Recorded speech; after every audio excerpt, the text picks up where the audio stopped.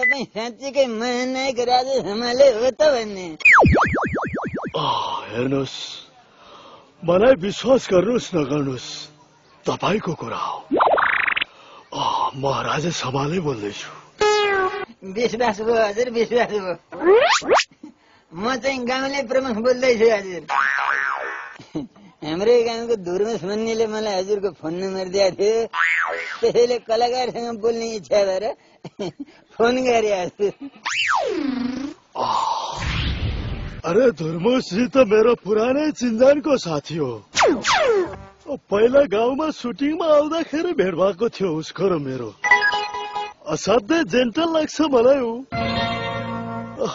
दाइ गाउँमा एउटा गरिबका लागि कार्यक्रम गर्नु पर्यो भन्दै थियो। मेरो यहाँ सुटिङले गर्दा अलि टाइम म्यानेज गर्न मलाई गाह्रो परिरहेछ। होइन त्यसो नभन्नुहोस् हजुर, हजुरले जसरी पनि टाइम चाहिँ मिलाउनै पर्छ हजुर। ठिकै छ, म धुर्मुसजीसँग सल्लाह गरेर तपाईँलाई फोन गर्छु। म अहिले अलि बिजी छु, पछि कुरा गरौँला।